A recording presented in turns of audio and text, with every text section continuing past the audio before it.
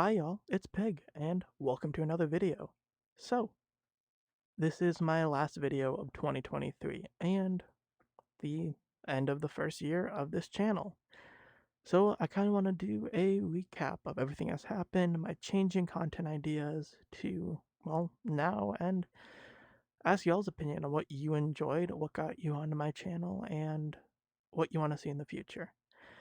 So, I had the idea for this channel exactly 1 year ago, but back then I wanted to call it just, well, the VR chat experience was the name of the series I wanted to do, and I was going to do it on my old channel, Pigman Q5. Initially, that series was just supposed to be a bunch of small walkthroughs and tutorials on basic things on VR chat, starting off with the pros and cons of being on Quest versus PC, what is VR chat, and some of those videos. Those basic ideas were turned into videos on this channel. Now, initially, this channel was called the Virtual Reality Experience because I wanted to be a general haven for all things VR. Now, in my lack of thinking, seeing that, oh, the channel's not taking, I didn't realize VR, Virtual Reality Experience, was used mostly for VR videos of like roller coasters and stuff. So anytime you'd look up one of my videos, it just wouldn't pop up. So, after a few videos, including a few world reviews and a few parts of the VR chat experience, plus a few shorts for how to join the VR chat beta and such, I did a name change to the VR Pig, obviously following my name of Pigman Q5 everywhere. So,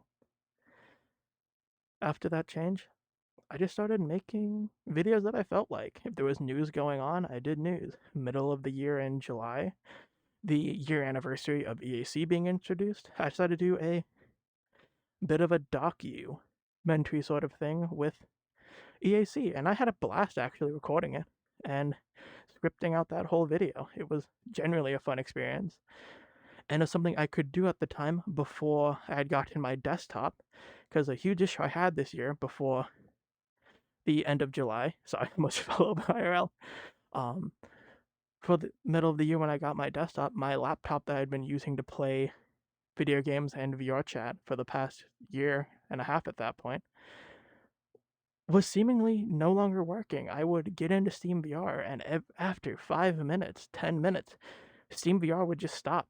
It wouldn't be like VR chat crashing. VR chat would still be going in the background. I would see my friends moving, everything like that. Steam VR itself would just break. So I tried using Oculus, and that worked, but personally, I much prefer using Steam VR for everything. I've bought uh, OVR Toolkit to have music and my diagnostics on my wrist. I have OVR advanced settings where I can move my play space. A lot of just small things that I got used to using. So luckily, I was able to get a PC, and once I did that, my processing power got a lot better, so I could do bigger videos. I started getting to October actual gameplay of some horror maps with me and my friends, just having because I could actually record it. Now that was when I got my first copyright strike on the channel because Britney Spears was on in the background for part of it, and that was pretty funny. And I knew I would get claimed, but yeah, the map was fun. There was actually two more horror map videos that I have footage of. One of them is halfway edited. One of them hasn't done anything to that. I just didn't really continue because those videos didn't really do the best on my channel. Again, the stuff that has done well has been the news updates for everything going on, the VRChat mobile release. Big thing of again, biggest view I've got. Content gating. That was a huge thing on my channel because I was one of a few channels to cover it.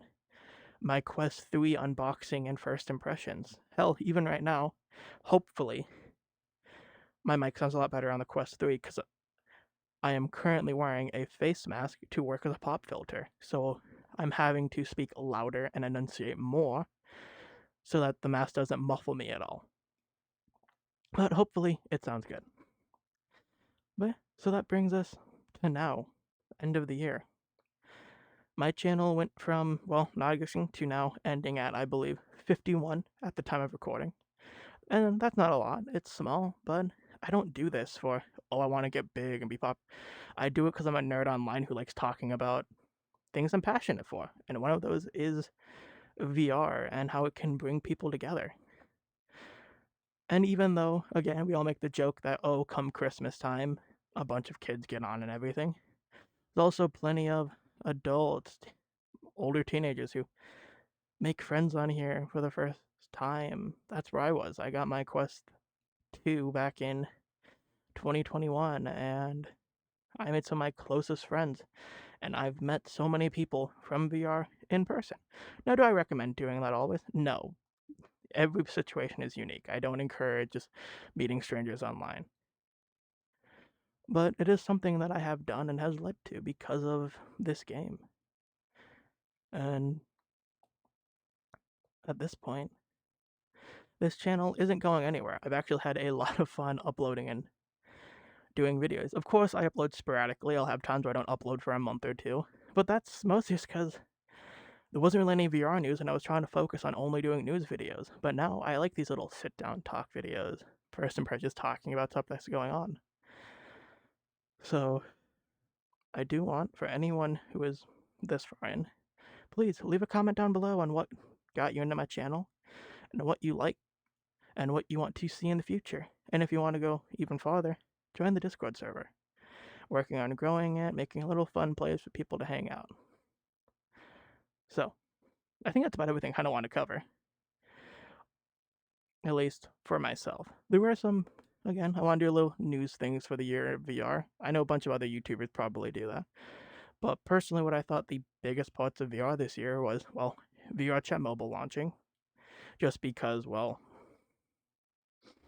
obviously. But also the Quest 3. Two big things that came out happened.